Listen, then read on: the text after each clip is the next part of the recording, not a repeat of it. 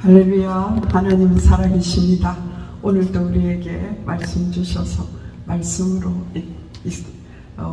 한 주간을 또 승리하게 하실 것을 믿습니다. 마태복음 26장은 마태복음에서 가장 긴 장입니다. 마태복음 26장은 참 숨가쁘게 예수님께서 십자가를 향하여 달려가는 그런 모습을 보여주고 있습니다. 예수님께서 인자가 십자가에 못 박히기 위하여 팔리리라 그렇게 선포하신 이후에 옥합을 깨는 일이 일어나고 또 가룟 유다가 배신을 하고 성만찬을 하고 겟세마네에 기도하러 가셨습니다. 그리고 예수님은 잡히셨고 오늘 이러한 재판을 받는 그런 중에 있는 것입니다. 57절에 보면 예수를 잡은 자들이 그를 끌고 대제사장 가야바에게로 가니 거기 서기관과 장로들이 모여 있더라 라고 말씀하였지요. 그들이 모인 목적이 바로 26장 3절에 기록되고 있습니다. 그때 대제사장들과 백성의 장로들이 가야바라 하는 대제사장의 관청에 모여 예수를 흉계로 잡아 죽이려고 의논하되 말하기를 밀란이 날까 하노니 명절에는 하지 말자 하더라.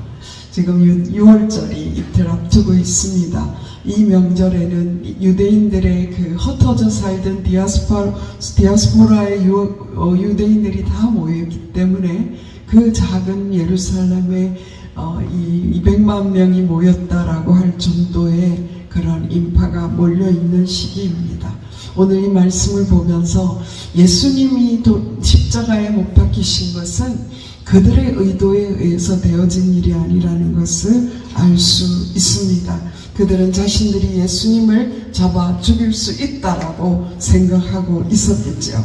그러나 그 십자가에 못 박히시는 것은 그들의 의도가 아니라 하나님께서 철저하게 인도하고 계셨습니다. 그래서 그들의 생각에는 6월절은 피해서 예수님을 죽이겠다라는 생각을 했죠. 그러나 하나님은 예수님을 6월절에 어린 양으로 십자가에 못 박게 하시려는 작정을 하고 계신 것을 우리는 알 수 있습니다. 예수님께서 칼을 쓰는 자마다 12군단 되는 천사를 칼을 쓰는 제자에게 베드로가 말고의 길을 잘랐을 때에 그 길을 회복시켜 주시면서 그때 12군단이 되는 천사를 동원할 수 있지만 54절에 보면 내가 만일 그렇게 하면 이런 일이 있으리라 한 성경이 어떻게 이루어지겠느냐라고 말씀하셨습니다. 성경 말씀에 철저히 예수님의 삶이 연결되어 있는 것을 볼 수 있습니다. 예수님은 친히 6월절 그 문설주에 발랐던 어린 양의 피로 그 자신을 데리기로 작정하시고 그 길을 가신 것을 알 수 있습니다. 이 모든 일들이 다 선지자들의 글을 이루려 함이라 하시더라 이렇게 말씀하고 있습니다. 그래서 예수님은 역사상 가장 악독한 불법적인 재판을 받았습니다. 예수님께서 이 잡히신 그때가 밤 11시 30분경쯤 되었다고 합니다. 그들이 그 시간에 산헤드린 공회가 열리는 때도 아닌 그때에 그것도 개인의 집에 모여서 예수님을 사형 언도를 내리는 이 엄청난 거짓된 잘못된 재판을 받는 그러한 상황이 오늘 벌어지고 있는 것입니다. 그리고 명절 전날에 이틀 전에는 새로운 안건을 시작하지 않는다고 해요. 재판을. 왜냐하면 명절 도중에는 재판을 할 수 없기 때문입니다. 그런데 그 모든 것들을 다 어기고 예수님을 불법 재판으로 사형 언도 강도를 내리는 그들의 모습을 보여주고 있습니다. 근데 오늘 58절 말씀에 보면은 예수님의 신문 가정에 들어가기 전에 살짝 베드로의 모습을 비춰주고 있습니다. 근데 그의 모습은 베드로는 멀찍이 따랐다라고 했어요. 다른 모든 제자들은 떠나갔는데 그나마 베드로는 멀찍이 예수를 따라서 대제사장의 집들에까지 들어가고, 요한복음에 보면 사도 요한이 그가 들어갈 수 있는 허락을 받게 했다라는 이야기도 나옵니다. 그리고 그 결말을 보려고, 예수님이 잡히신 그 결말을 보려고 그 안에 들어가 앉아있는 모습을 이 사건 속에서 삽입시키고 있는 것을 볼 수 있습니다. 51절에서 말고의 길을 빼는 그런 엄청난 용기를 발휘했던 베드로가 이렇게 멀찍이, 그리고 그 결말이 어떻게 되나 궁금해하면서 그곳에 앉아있는 그 모습을 마태는 기록하고 있습니다. 59절에 다시 대제사장들과 온 공회에 사람들이 예수를 죽이려고 증거를 찾고 있어요. 거짓 증인들도 많이 나왔습니다. 그러나 그것이 아무 효력이 없었어요. 그런데 어떤 두 사람이 와서 이분이 성전을 헐고 4월에 다시 지을 수 있다라는 말씀을 했다라고 해요. 사실 그렇게 말씀하셨습니다. 그러나 예수님께서는 그 건물을 무너뜨리고 4월 만에 짓겠다라는 말씀이 아니라 자신의 몸된 성전된 자신을 죽이면 3일 만에 부활하실 것을 말씀하고 있습니다.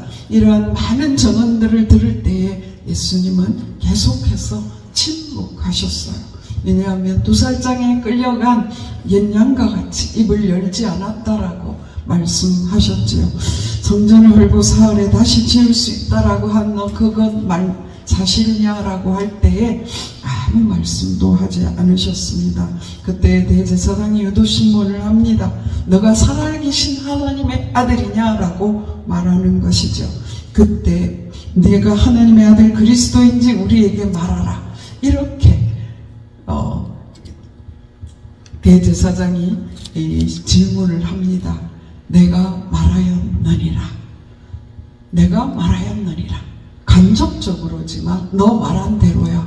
너가 말한 대로 내가 살아계신 하나님의 아들 그리스도라 라고 말씀하고 있습니다. 그 말씀을 확증하는 뜻에서 다시 한번 구약 성경 두 곳을 인용해서 말씀하고 있습니다. 그러나 내가 너희에게 이르노니 이후에 인자가 권능의 우편에 앉아 있는 것과, 그 말씀은 시편 110편의 다윗의 말씀을 인용한 것입니다. 여호와께서 내 주에게 말씀하시기를 내가 내 원수들로 내 발판이 되게 하기까지 너는 내 오른쪽에 앉아 있으라 하셨도다. 대제사장 서기관들이 이런 말씀들을 알았겠죠. 예수님께서 다윗을 통하여 한 말씀이 바로 나야 라고 말씀하고 있고요.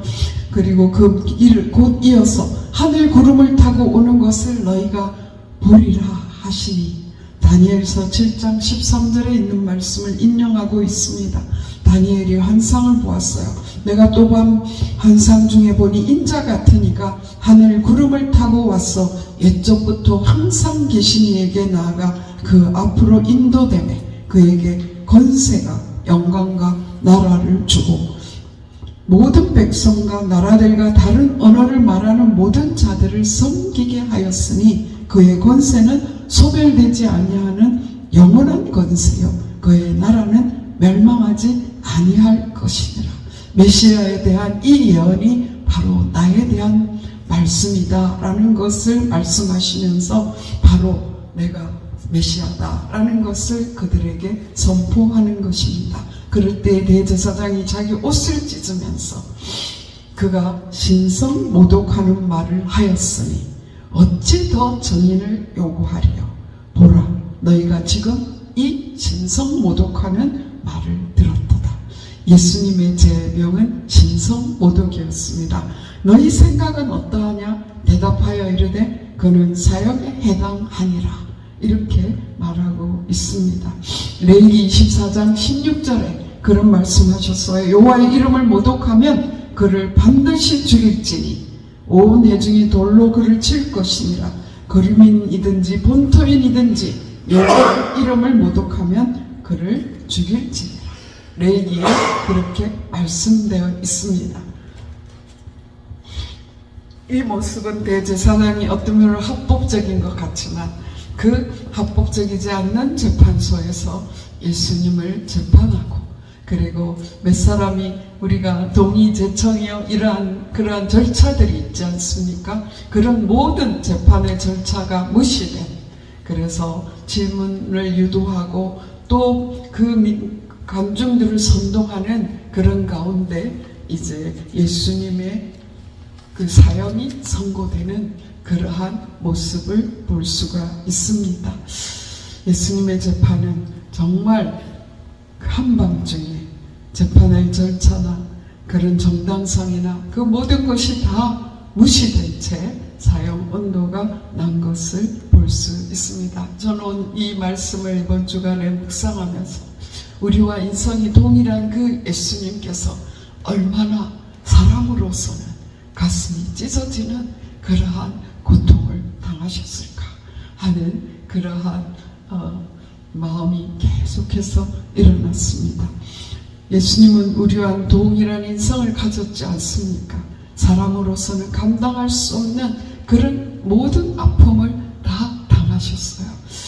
채찍으로 맞으시기 전에, 가시면류관을 쓰시기 전에 먼저 억울한 재판과 송사와 온갖 모욕과 그 사형 운동가 내려지자마자 사람들이 침을 뱉고 손바닥으로 때리고, 손바닥으로 때리는 것이 가장 모욕적인 그런 행동이라고 합니다.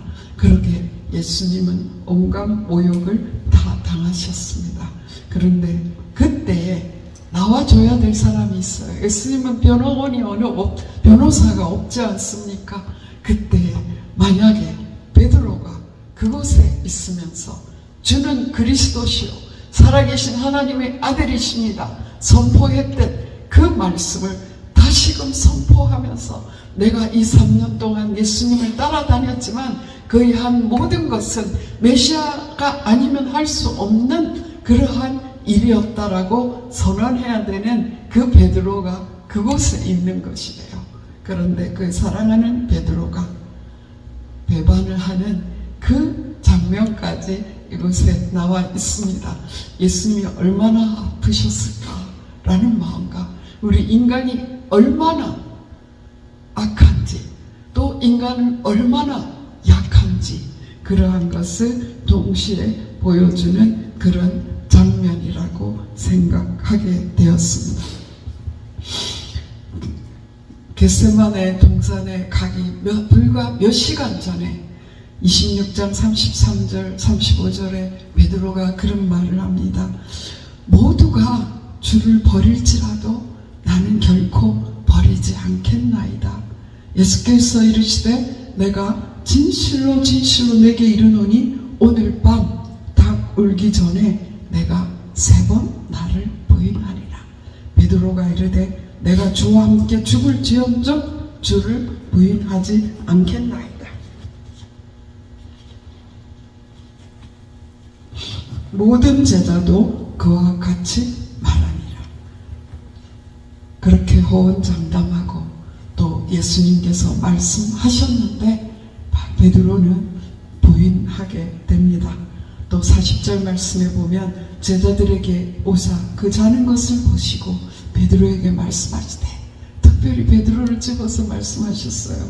너희가 나와 함께 1시간도 이렇게 깨어 있을 수 없더냐. 41절에 시험에 들지 않게 깨어 기도하라. 마음에는 원이로되 육신이 약하도다. 이러한 상황 가운데 사람이 얼마나 약하고 이기적인지를 알 수 있습니다. 결말을 보려고 들어갔죠. 그가 기대한 결말은 어쩌면 대대장과 서기관들의 그들의 공격을 무참하게 입을 다물게 하는 예수님의 말씀을 기대하고 있었는지도 모릅니다. 그랬죠. 가이사의 것은 가이사에게, 너희 중에 죄가 없는 자가 돌로 치라. 그럴 때 그들은 아무 말도 할 수 없었지 않습니까? 그런데 이번에는 예수님이 달랐어요. 아무 말씀도 하지 않으셨습니다. 그리고 다만 자신이 메시아이신 것을 선포하셨습니다. 이미 그럴 때 그 결과가 예수님의 승리가 아닌 사형 언도가 내려졌을 때에 베드로의 모든 환상은 깨어지고 그는 무참히 그 자신이 무너진 그런 상황 가운데 있는 것을 알 수 있습니다. 스승의 엉터리를 재판을 받을 그때에 그가 나와서 변호하기는커녕 그의 마음이 완전히 무너져 있는, 그래서 여종의 한마디에 내가 예수님 몰라 모든 사람 앞에서 예수님을 부인하고 또 조금 있다가 맹세하고 또 부인하고 그 다음에 저주하며 맹세하여 이르되 나는 그 사람을 알지 못하노라 하니 곧 닭이 울더라. 예수님은 베드로의 배만을 이미 아셨지만 그 같은 공간에 있었어요. 예수님이 사형언도를 받는 그 공간에서 베드로의 몰라, 예수님을 모른다고 맹세하는 그 음성이 어쩌면 큰 소리로 하지 않았을지도 모릅니다. 예수님은 그 순간에 누가복음에 보면 베드로를 쳐다보았다라고 했어요. 쳐다보는 그 순간 닭이 울었고 베드로는 예수님과 눈빛이 마주치고 곧 닭이 우는 그 장면을 맞이하게 된 것입니다. 그래서 그는 바깥에 나가 통곡하는 그러한 장면을 보게 됩니다.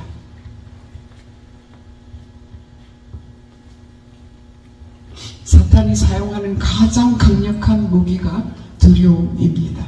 스승이 죽임을 당하게 된 사실 앞에서 이미 죽음을 각오했는데도 불구하고 자신에게도 불똥이 튈까봐 예수님을 죽일 뿐 아니라 나도 죽이겠구나, 그러한 두려움에 잡혀서 그가 이성을 잃어버린 그런 행동을 하게 되는 것입니다. 3년 동안 내가 모든 것을 버리고 따랐는데 이게 웬 말인가 하는 그러한 마음도 올라왔겠지요. 예수님께서 시험에 들지 않게 기도하라 한 그 말씀도 생각이 났을지도 모릅니다. 잠만 자더니 이런 비난의 소리가 들렸을지도 모르겠습니다. 그러나 예수님은 그를 보셨지요. 그를 보셨습니다. 그때 예수님은 뭘 하셨을까요? 바로 베드로를 위하여 기도했을 것 같아요. 누가복음 21장 31절에 시몬아 시몬아 보라 사탄이 너희를 밀가부르듯 하려고 요구하였으나 그러나 내가 너를 위하여 내 믿음이 떨어지지 않기를 위해 기도하였느니 너는 돌이킨 후에 내 형제를 굳게 하라. 그가 말하되 주여 내가 주와 함께 오게도 죽는 데에도 가기를 각오하였나이다. 이르시되 베드로야 내가 내게 말하노니 오늘 닭 울기 전에 내가 세 번 나를 모른다고 부인하리라. 오늘이에요. 오늘. 사단이 밀가부르듯 한다라고 말씀하셨습니다. 사단은 믿는 자를 무너뜨리기 위하여 밀가부르듯 하는 거예요. 여러분 키로 밀가부르는 것 보신 적이 있습니까? 키로 밀을 까불면요 죽정이들은 다 나가는 거예요. 바람이 한번 불면 훅 꺼져버리는 것이 그 깐부기들, 그 죽정이들인 거예요. 우리의 믿음이 테스트 당하고 있다는 것을 우리는 항상 기억해야 될 줄 믿습니다. 베드로전서 5장에 베드로 사도가 이야기했지요. 건신하라, 깨어라. 너희 대적마귀가 우는 사자같이 두루다니며 삼킬 자를 찾나니. 얼마나 베드로의 뼈저린 고백일까 하는 생각을 하게 합니다. 악한 사탄은 할 수만 있으면 믿는 자라도 무너뜨리기 위하여 끝까지 따라가서 무너뜨리려고 한다는 것이지요. 밀가부르듯 하는 것이지요. 그때에 필요한 것이 무엇입니까? 우리의 믿음이 저축되어 있어야 되고요. 예수님께서 오늘도 우리를 하나님 우편에서 우리를 위하여 중보하신다고 말씀하셨습니다.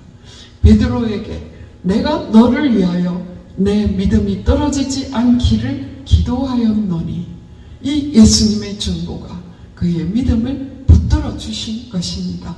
예수님께서 오늘도 우리의 믿음이 무너지지 않기를 붙들어 줍니다. 악한 사자가 우는 사자와 같이 산길자를 두루찾는다 할지라도 우리가 주님 앞에 나아가기만 하면 붙들어 주는 거예요. 그 역전의 무기가 무엇입니까? 곧 닭이 울더라 그때 나가서 하는 통고, 주님 앞에 회개하는 그 회개가 베드로를 일으키고, 그 베드로가 일어나서 우리는 성령 충만한 베드로를 통하여 얼마나 많은 영혼이 돌아오게 됐는지 우리는 기억해야 할 줄 믿습니다. 사단이 가장 강력한 무기, 우리에게 환경을 통하여 두려움을 주고, 앞날의 불확실성 때문에 두려움을 주고, 사람들의 유행에 떨어질까, 우리는 뒤처지지 않는가, 이런 것들을 통하여서 우리를 두렵게 하고, 그렇게 해서 우리를 무너뜨리려고 하지만, 우리가 하나님의 말씀이 생각나서 주님 앞에 엎드리기만 하면 하나님께서 우리를 다시금 세워주실 줄 믿습니다. 그 믿음이 떨어지지 않기를 예수님께서 기도해 주시기 때문에, 그렇기 때문에 성령님께서 말할 수 없는 탄식으로 우리를 위하여 기도하시기 때문에 우리를 돌이켜 주시고 주님 앞에 서게 하실 것을 믿습니다. 여러분, 후회하는 것과 회개하는 것 너무나 다릅니다. 가룟 유다는 예수님을 판 것을 후회했어요. 이 뒤에 일어날 일이지만 그가 가서 대제사장에게 내가 죄 없는 자를 팔았노라고 그 은 30을 돌려주지 않습니까? 그들이 그것을 성전에 넣을 수 없다고, 그래서 나그네의 무덤을 사는 그 토기장이 이 밭을 사는 일에 그것을 사용합니다. 똑같이 후회했지요. 그러나 그 후회가 회개로 이어지지 않을 때 가룟 유다는 구원받을 기회를 잊어버린 것을 우리는 알 수 있습니다. 그는 스스로 목을 끊고 목숨을 끊고 그 피를 흘리는 그런 일을 하였지만, 베드로는 그 새벽 딱 올 때 나아가 주님 앞에 통곡하고 회개함으로써 그의 회개는 한 번에 끝나지 않았어요. 그가 살아있는 동안 새벽 딱 올 때마다 주님이 하신 말씀과 그가 주님을 부인한 일과, 그리고 자신을 그럼에도 불구하고 사용해 주시는 그 주님 앞에 감사의 눈물, 회개의 눈물, 감사의 눈물, 그래서 그의 눈이 항상 짓물러 있었다라고 전설은 말하고 있습니다. 그래서 우리는 항상 주님 앞에 말씀이 생각나서 주님 앞에 나아가는 저희들이 되기를 소원합니다. 우리도 같은 상황을 만난다면, 아마 10,000,000 만한 이름을 만난다 하더라도 조그마한 박해가 아니라 그냥 나의 자존심만 상하게 한다 하더라도 우리는 무너질 수 있습니다. 그러나 우리는 예수님의 십자가의 승리 그리고 부활을 맛본 사람들입니다. 베드로의 역전의 결말을 우리는 알고 믿고 있는 우리들입니다. 그렇기 때문에 얼마나 복된 일인지요. 그래서 우리는 말씀을 기억하고 말씀이 생각나서 사건과 사고를 이길 수 있는, 그래서 그 믿음의 굳건히 설므로 우리가 믿음에 설 뿐만 아니라 연약한 자들을 일으켜 세울 수 있는, 형제들을 굳게 하는 데까지 나아갈 수 있는 우리의 삶이 되기를 소원합니다. 누가복음 22장 61절 말씀, 아직 말하고 있을 때에 닭이 곧 울더라. 주께서 돌이켜를 본 베드로 하나님이, 예수님이 성령을 통하여 우리를 보고 계신다. 주님이 보고 계시는 주님의 시선이 우리에게 주목되기를 소원합니다. 그래서 우리의 삶이 주님의 시선을 항상 기억하고 주님 앞에서 사는 인생이 되기를 원합니다. 그래서 우리가 사단의 관계에 넘어져서 우리의 마음이 무너지지 않게 되기를 소원합니다. 뿐만 아니라 무너졌다 할지라도 무너진 자리에서 주의 말씀을 붙잡고 일어나서 주님 앞에 나아가 엎드려 통곡하는, 주님 앞에 회개하는 저희들이 되기를 소원합니다. 그럴 때에 돌이킨 후에 형제를 굳게 하라 하신 그 말씀대로 우리의 삶도 쓰임받게 될 것을 믿습니다. 이 사순절에 예수님의 십자가의 고통을 묵상하게 됩니다. 예수님을 바라봅니다. 예수님의 그 고통, 죄인들의 이같이 자신에게 거역한 자를 바라보라 라고 말씀하셨어요. 히브리서 12장에 믿음의 주여 온전케 하시니 예수를 바라보라 하면서 그 십자가를 참으신 그분을 바라보라 라고 말씀하시면서 죄인들의 이같이 자신에게 거역한 것을 기억하라. 예수님은 십자가를 못 박히실 때 채찍이 맞으시고 가시관을 쓰고 피와 물을 다 흘린 그 육신의 고통뿐만 아니라 우리가 이 인생에서 살아가는 마음의 모든 고통까지도 다 체험하신 그러한 분이십니다. 예수님은 우리의 모든 고통을 다 아시기 때문에 우리는 때를 어떤지 못하든지 어떠한 상황 가운데서도 믿음의 주여 온전케 하시는 이 우리의 모든 고통을 체결하신 그분 앞에 담대히 나아가 우리의 모든 것을 쏟아낼 수 있는 그러한 저희들이 되기를 소원합니다. 그래서 우리가 십자가의 그 저주가 십자가에서 당하신 예수 그리스도의 모든 고통이 우리를 죄와 사망에서 베드로의 무너진 그 모습에서 인간이 얼마나 악합니까? 도저히 해결할 수 없는, 우리로서는 도저히 해결할 수 없는 그 문제를 해결하신 십자가의 권능을 붙잡고 예수님과 함께 부활하는, 그래서 부활하신 예수님과 함께 이 땅에서 넉넉히 주님의 영광을 드러내고 주의 복음을 전가하는 자로 쓰임받게 되는 축복의 삶을 살아내게 되기를 바랍니다.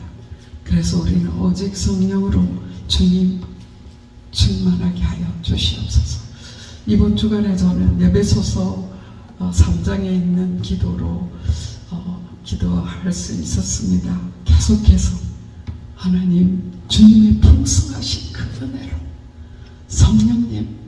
성령님께서 우리 속사람을 감격케 하여 주시옵소서. 성령님께서 나에게 오셔서 감격케 해 주시옵소서.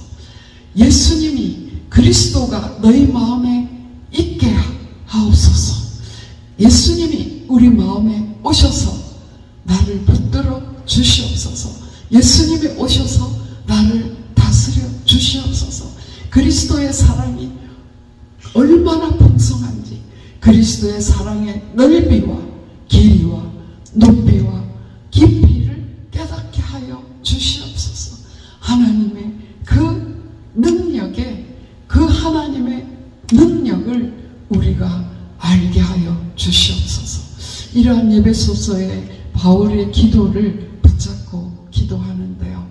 하나님, 정말 주님이 우리를 붙잡지 않으면 베드로처럼 넘어질 수밖에 없습니다. 주님 붙들어 주시옵소서. 속사람을 강건케 하여 주시옵소서. 주님 나를 다스려 주시옵소서. 성령님 나에게 주님의 능력을 허락하여 주셔서 예수 그리스도를 전거하는 자로 살게 하여 주시옵소서 하는 기도를 계속해서 드리려고 저는 결심합니다.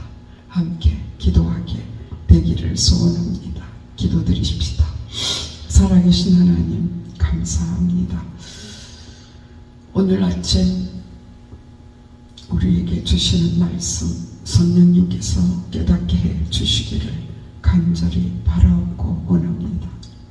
사람으로서는 알 수 없습니다. 그토록 많은 은혜를 체험했건만 예수님을 부인할 수밖에 없는 그 베드로의 모습이 바로 나의 모습입니다. 조그마한 핍박이 들어와도 무너져 버리는, 조그마한 공격이 들어와도 포기하고 싶어져 버리는 그러한 저의 모습입니다. 주여, 우리가 예수 그리스도를 끝까지 붙잡고 주님만이 메시아인 것을 붙잡고 나아가는 믿음을 더하여 주시기를 간절히 바라옵고 원합니다. 하나님 아버지, 오늘도 우리가 주의 말씀을 대했습니다. 이 말씀들이 우리 삶에서 생각나게 하여 주시옵소서. 그래서 그 생각난 그 말씀 때문에 우리가 주님 앞에 돌이키는 그러한 삶이 되게 하여 주시기를 간절히 바라옵고 원합니다. 우리로는 할 수 없습니다. 오직 성령님께서 우리의 속사람을 강건케 붙잡아 주셔야만 할 수 있겠습니다. 주여, 성령님 이 시간에 역사하여 주시고 우리의 마음을 만져주시고 우리가 어떻게 기도할지 가르쳐 주시고 우리의 마음을 주 앞에 토하여내는, 주님 앞에 통곡하는 저희들 되게 하여 주시옵소서. 그래서 위로부터 오는 은혜를 덧입어서 주의 일을 감당할 수 있도록 도와주시옵소서. 인도하여 주시옵소서. 예수 그리스도 이름으로 감사하며